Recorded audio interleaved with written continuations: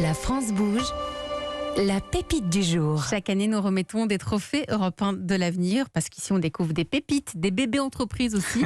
Aujourd'hui, c'est un projet né réellement cette année, mais vous travaillez dessus depuis 2018, c'est ça ? Exactement. Donc Mohamed, vous avez 25 ans, vous êtes le fondateur d'Atmos Gear. Ce sont les premières rollers électriques français. Si vous nous suivez sur europe1.fr, on peut les voir.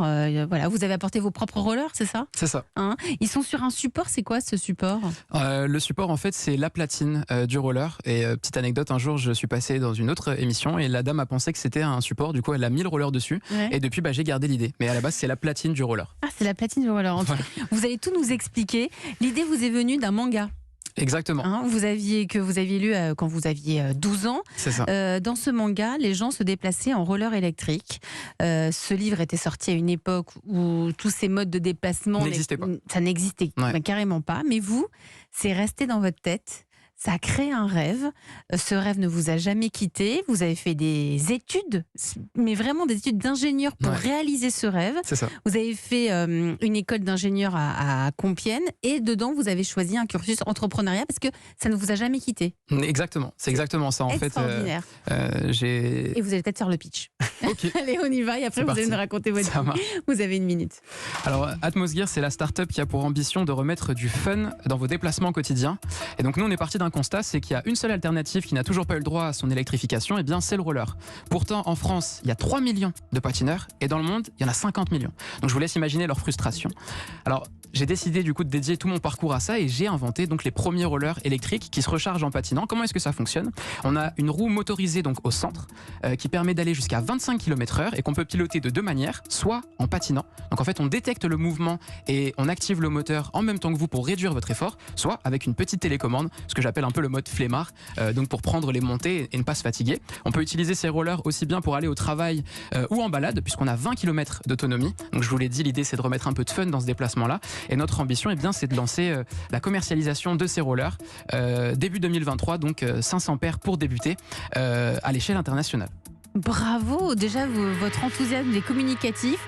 Bravo Mohamed Soliman, vous êtes donc le fondateur d'Atmos Gear. Le prix, il faut quand même nous le donner. Évidemment, ça intéresse alors tout le le monde. Prix, pour le début, on sera aux alentours de 700 €. Mais voilà, c'est cher, mais je trouve ça normal finalement, parce qu'il y a tout un savoir-faire. Tout est fabriqué en France ? Ouais, en l'occurrence, tout est fabriqué en France. Et c'est rare ça. C'est rare et c'est très dur. C'est extrêmement dur. On a vraiment dû batailler. C'est difficile parce que quand vous débutez en tant que start-up, la plupart des entreprises qui fabriquent, en fait, comme on leur demande des petites séries, ils veulent du volume. Ils rechignent à travailler avec nous. Et puis comme une start-up a très peu de chances de réussite, souvent ils veulent pas bosser avec nous, donc ça a été difficile de réussir à avoir ces contrats. En tout cas, félicitations. Je me tourne vers Nathalie Carré qui est en charge de l'entrepreneuriat à la Chambre de commerce et d'industrie. Bonjour Nathalie. Bonjour Elisabeth, bonjour tout le monde. Alors Nathalie, quelles sont les forces et les faiblesses d'Atmos Gear ? Parce que vous, c'est votre boulot d'analyser tous les concepts d'entreprise.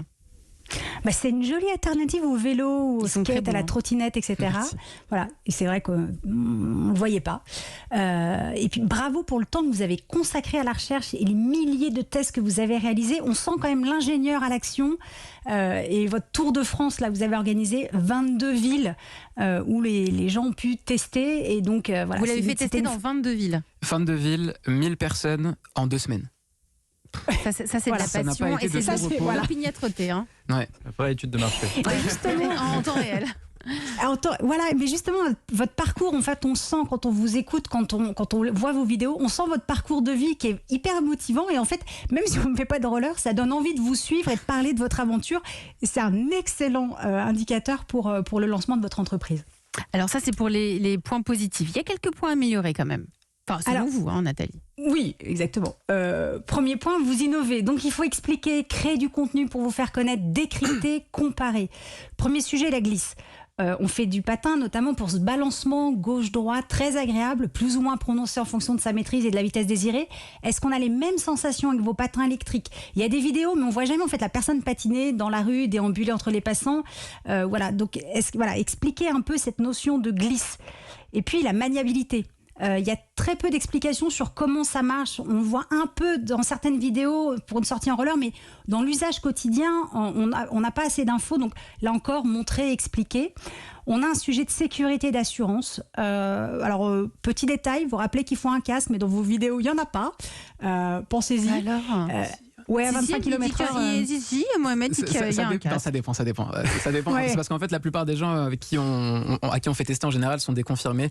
Mais c'est très important de porter le casque. Mais oui, c'est important, c'est l'image et la Et sécurité. du coup, on a eu tout ce débat là sur les trottinettes électriques, assurance ou pas assurance, trottoir ou pas trottoir. Donc anticipez, prenez attache avec une compagnie d'assurance pour répondre aux questions des futurs acheteurs qui vont se la poser évidemment.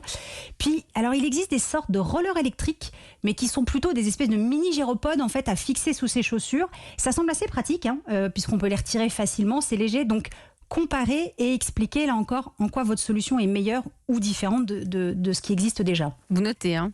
Oui, allez-y, Mohamed.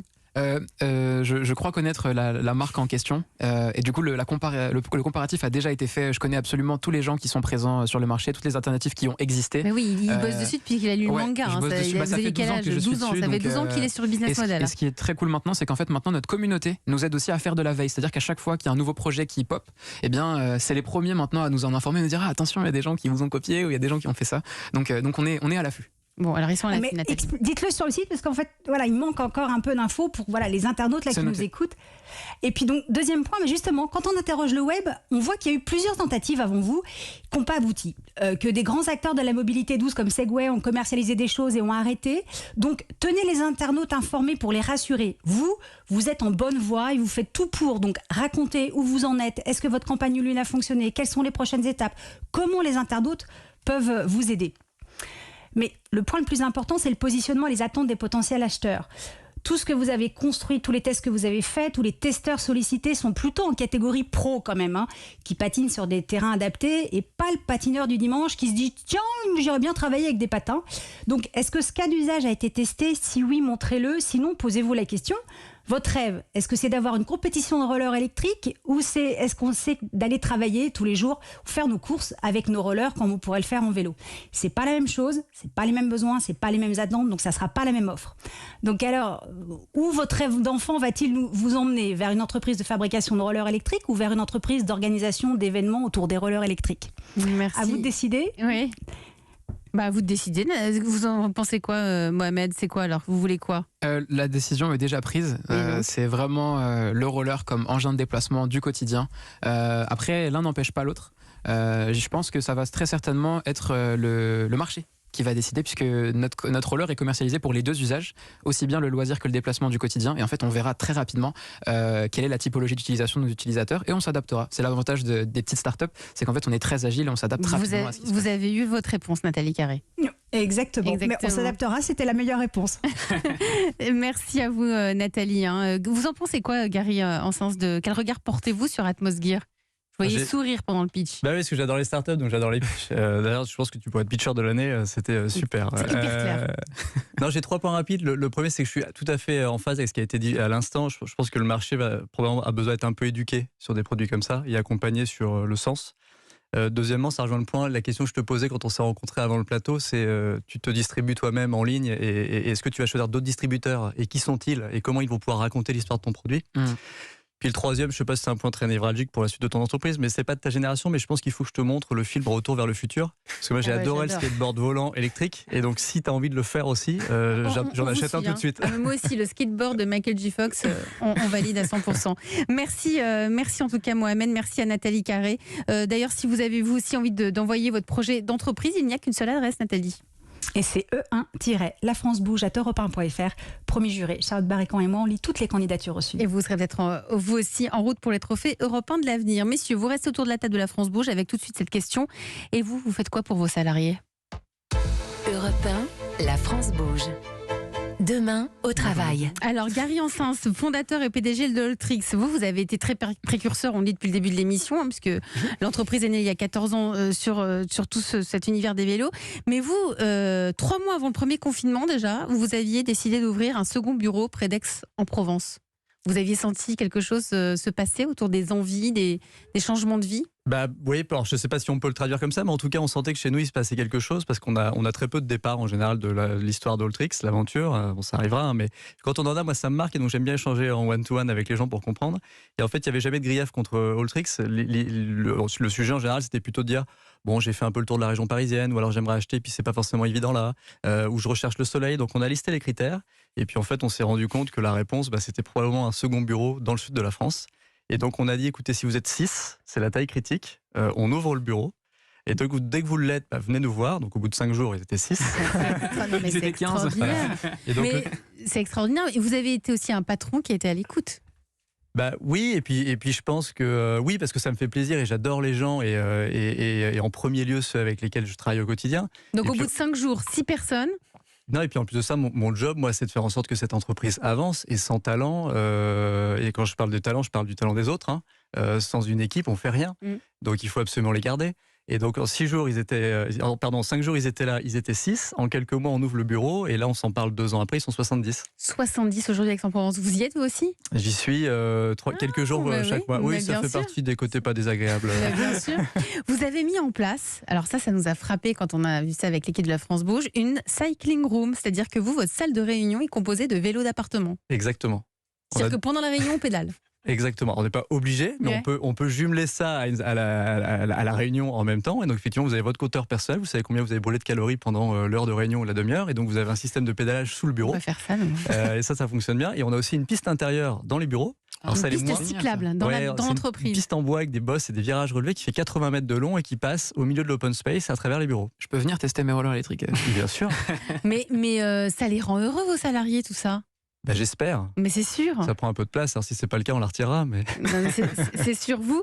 Du côté de Zenride, je crois que vous aussi, vos salariés ont un vélo personnel de fonction. Effectivement, oui, on essaie d'être autant que possible des cordonniers bien chaussés C'est important.